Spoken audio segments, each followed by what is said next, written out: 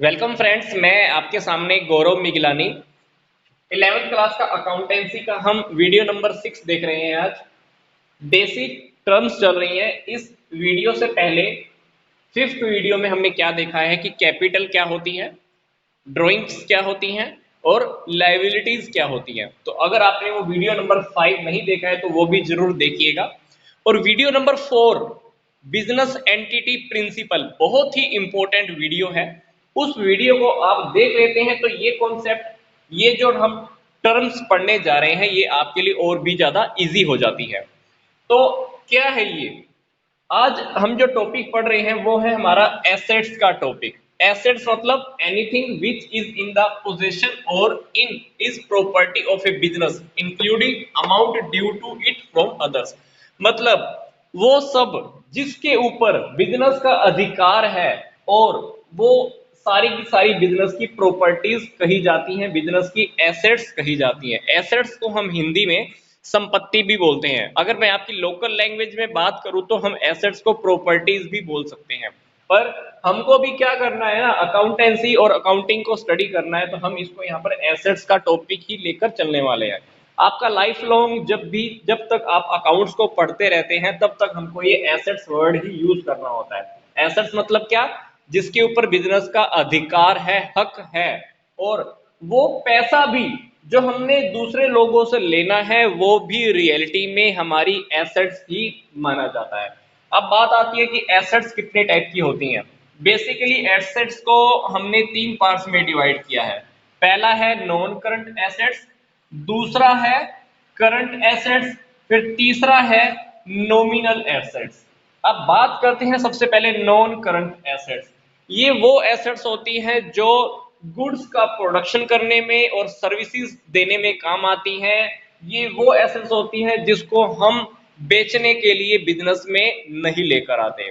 मैं आपको फिर से रिपीट कर रहा हूं, ये एसेट्स हमारी बेचने में काम नहीं आती हैं, बल्कि ये दूसरी चीजों को प्रोडक्शन करने में, सर्विसेज देने में काम आती हैं।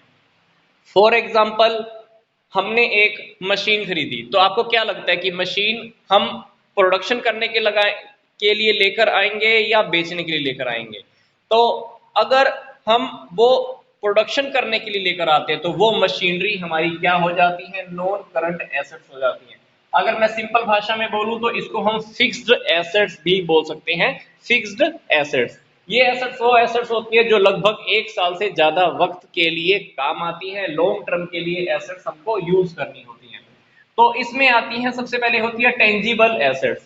टेंजिबल एसेट्स को हम हिंदी में बोलते हैं मूर्त, मूर्त संपत्तियां। ये वो प्रॉपर्टीज होती हैं टेंजिबल जिसको हम देख भी सकते हैं और टच भी कर सकते हैं, छू भी सकते हैं।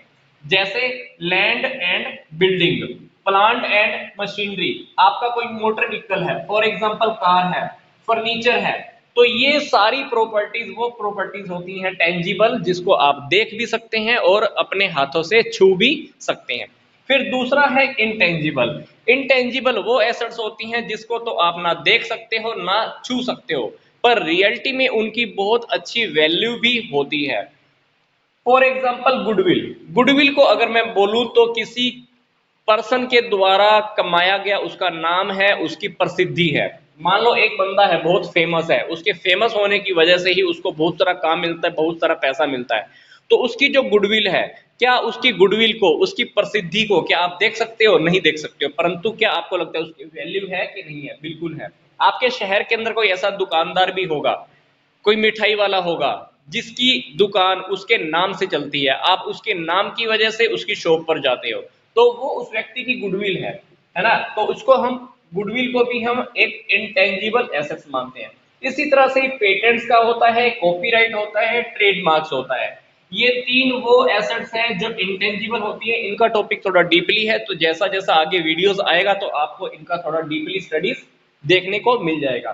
पर आपको भी क्या करना है, इनके सिर्फ नेम ही याद रखने हैं। इसमें एक प्रीपेड एक्सपेंसेस का भी टॉपिक आएगा इंटेंजिबल एसेट्स के अंदर ही, तो वो भी आपको इसी में ही लिखना है। तो ये हुआ हमारा non current assets.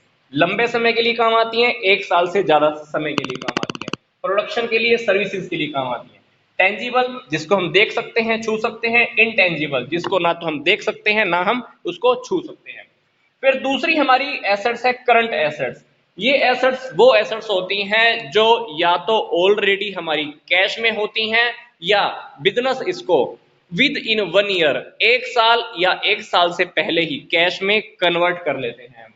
For example cash, cash already हमारे पास कैश में होता है तो उसको कैश में कन्वर्ट करने की जरूरत तो है ही नहीं। बैंक बैलेंस, बैंक में से आप कभी भी जाओ, बैंक आपको पैसा आपको दे देगा, आपका बैंक बैलेंस कभी भी आप कैश में कन्वर्ट कर सकते हो। It's also an equivalent to cash, ये भी हमेशा कैश के बराबर ही होता है, तो इसको भी हम नॉन करंट एसेट्स में ही काउंट कर सकते हैं।